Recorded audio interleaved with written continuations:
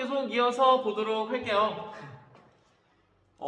바로바로 찍고 있어요. 그리고 되게 짧게 가고 있죠. 평상시에는 뭐 20분, 30분 이렇게 플로우에 촬영을 하는데 왜 오늘따라 자꾸 끊으십니까? 좀 전략을 바꿔보려고요. 이게 너무 강의가 기니까 이 강의를 중간에 듣다가 포기하는 친구들이 많아요. 그래서 한 좀 짧게 10분, 15분 이렇게 끊고 보기끔 하고 그 다음에 10분, 15분 이렇게 짧게 어떻게 보면 전략인데 네, 한번 봅시다.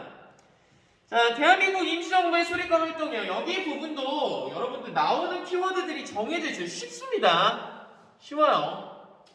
대한민국 임시정부 어떤 사고를 유하는 문제는 안 나오고요. 말 그대로 핵심 키워드들을 찾고 여기에 관련된 설명 골라내면 되는 거야. 아까 3.1운동도 3.1운동과 관련된 키워드들이 있었잖아. 뭐 밀실, 민족 차별주의, 뭐 레닌은 계속 안 나오고 있지만 뭐 28 독립선언, 뭐 무호 독립선언, 자, 그 다음에 또 민족대표 33인, 탑골공원, 뭐 태화관, 그리고 뭐 이런 것들 있었죠. 그럼 답은 딱 두 가지 요구 있잖아. 아까 28 독립선언이 배경이었다. 이 문제 하나 빼고는 자, 나머지 문제들은 다 그 결과를 물어보고 있어. 문화통치에서 문화통치로 바뀌는 계기가 되었다. 또는 대한민국 임시정부가 수립되는 계기가 되었다. 이렇게만 나오는 거야. 자, 대한민국 임시정부도 마찬가지로 그렇게 공부하시면 돼요. 자, 먼저 3.1운동의 산물이에요. 또는 3.1운동에 영향을 받았죠. 여러분 아까 뭐라 그랬어?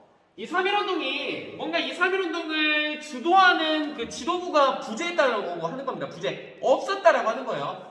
처음에 이 민족대표 33인이 그 역할을 수행해주지 못하게 되죠.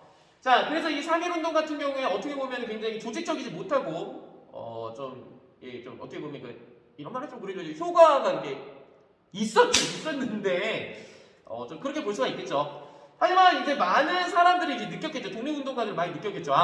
우리 한국인들이 일본으로부터의 독립을 정말 강력하게 열망하는구나. 자, 그러면 앞으로 우리가 독립운동을 좀 더 체계적이고 계획적이고 좀 조직적으로 하기 위해서는 이 독립운동을 좀 주도하는 그런 지도부가 있으면 좋겠다라고 하는 차원에서 만들어진 정부가 대한민국 임시정부라고 할 수가 있겠습니다. 자, 근데 이거 한번 잠깐 봅시다.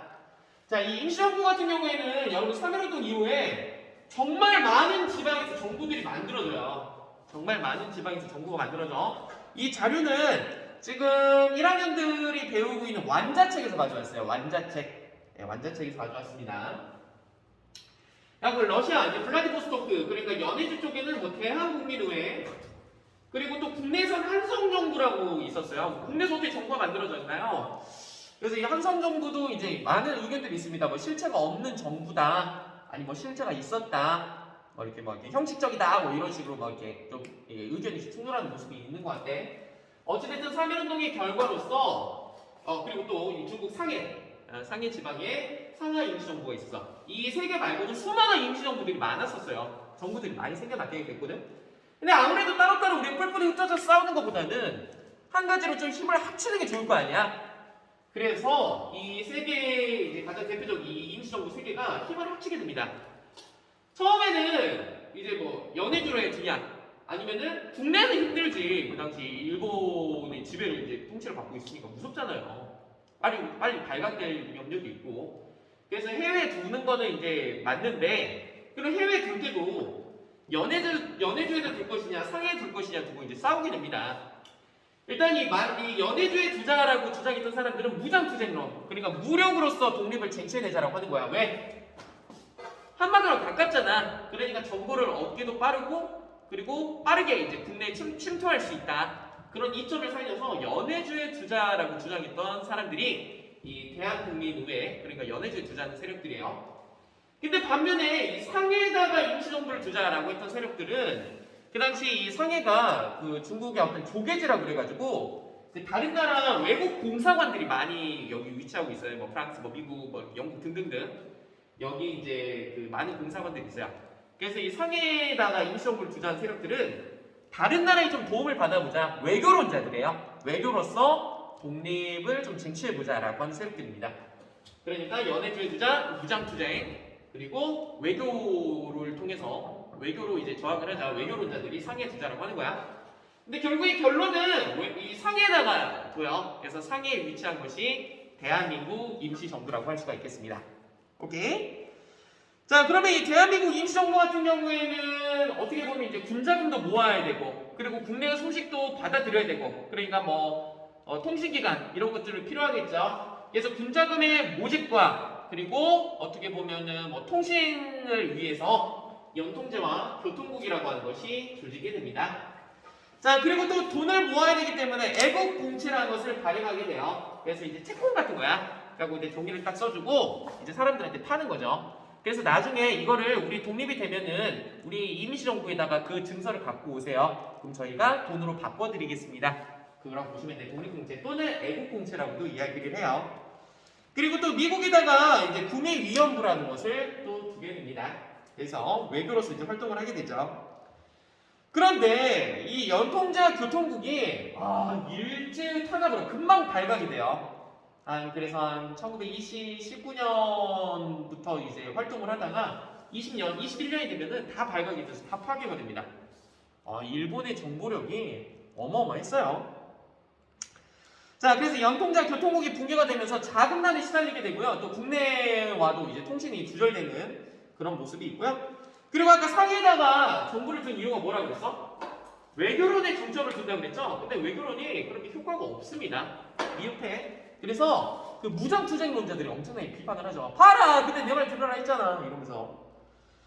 그리고 그 당시 대한민국 임시정부의 초대 대통령이라고 할 수 있는 이승만이 엄청난 일을 저질러 버리게 됩니다. 그 당시 국제연맹이라는 단체가 있었는데 이 국제연맹은 지금으로 따지면 우리 UN, 국제연합의 전모델이라고 보시면 돼요.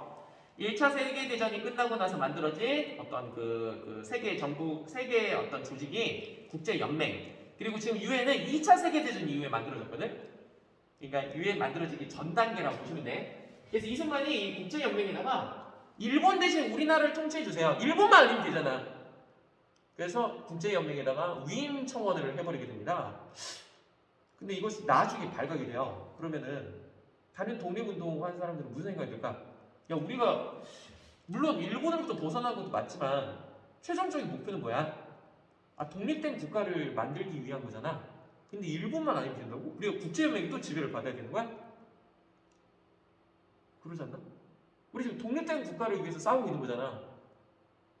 근데 일본에서 벗어나서 우리만의 나라를 만드는 것이 아니라 또 국제연맹이 지배를 받아야 된다고? 그거는 아니죠. 네. 이것이 나중에 드러나가지고 엄청나게 공격을 받게 돼요. 이승만 대통령이. 그리고 나중에 탄핵당하게 됩니다. 쫓겨나는 모습을 보여요. 자, 외교론이 효과가 없어요. 연통제와 교통국이 모두 발각되어서 파괴가 됩니다. 자금난에 시달리게 돼요.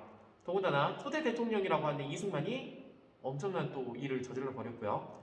자, 그래서 이 대한민국 임시정부가 엄청나게 흔들리게 됩니다. 엄청나게 흔들려. 자, 그럼 이 흔들리는 대한민국 임시정부를 다시 바로 잡아야 될 거 아닙니까? 그래서 이 흔들리는 대한민국 임시정부를 바로잡기 위해서 열렸던 회의가 1923년에 있었던 국민대표회의라고 하는 거예요.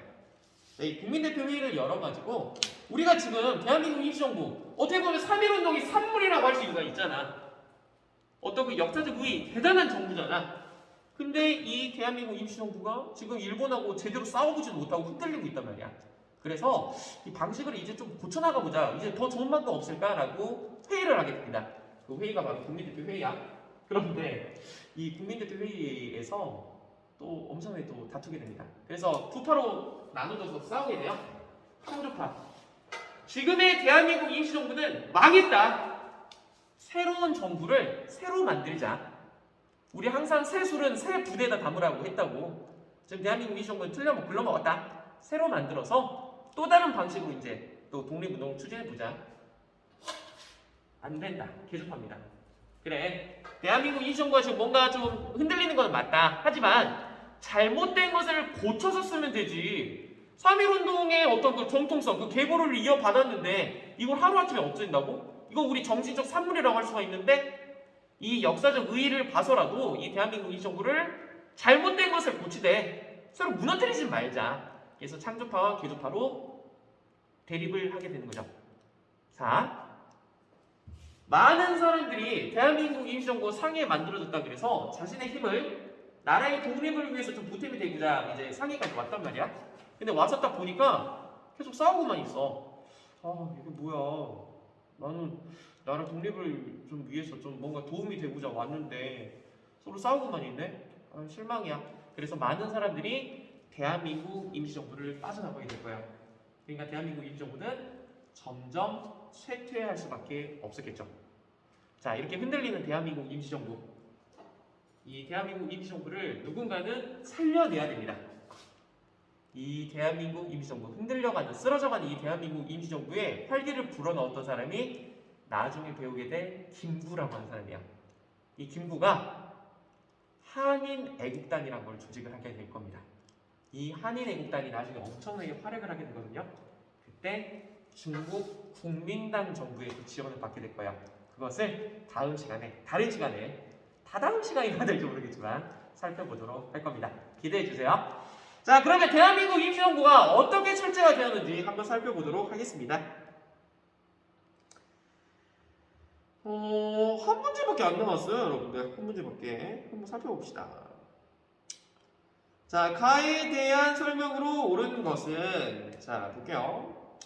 자, 상하이에서 개최된 국민대표회의, 아까 나왔었죠? 1923년. 외교론이 효과가 없었고, 연통제와 교통국이 파기가 되었고, 그리고 이승만의 유인청원 문제가 되면서 앞으로 이 대한민국 임시정부를 어떻게 이끌어가야 될까 가지고 회의를 한 게 국민대표회의라고 설명을 드렸었습니다. 자, 국민대표회에서 땡땡의 헌법과 제도를 고쳐가며 일을 진행하자는 사람들과, 그러니까 고쳐가면은 여러분 개조론자라고 할 수가 있겠네요. 개조론 사람들과, 그럼 여기서 끊어야 되겠네. 새로 이 정부를 조직하자는 사람들, 창조론이겠네요. 개조론과 창조론 두 파로 나뉘어 서로 경론 중이다. 이동혁, 김구 등 10여 인은 이때를 당하여 그대로 있을 수는 없다 하여 노선을 통일할 계획을 논의 중이라고 한다. 대한민국 임시정부라고 할 수가 있겠죠? 대한민국 임시정부와 관련된 설명, 정답은 몇 번입니까? 5번. 연통제와 교통국을 조직하였다. 자, 원소군을 설치하였다. 대한제국이라고 그랬었죠? 원소군은 이 대한제국의 황제가 육군과 해군을 통솔하기 위한 기구라고 보시면 돼요. 오산학교, 대성학교, 신민회, 애국개몽운동단체, 홍범식사조 2차 가보개혁, 새마을운동, 나중에 박정희 정부 때 살펴보도록 할 겁니다.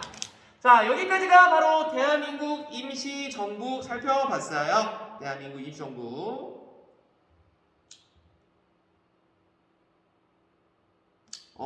의열투쟁은 좀 건너뛰고요. 여러분 잠깐 쉬었다가 실력 양성운동 하고 마치도록 하겠습니다. 잠깐만 기다려주세요.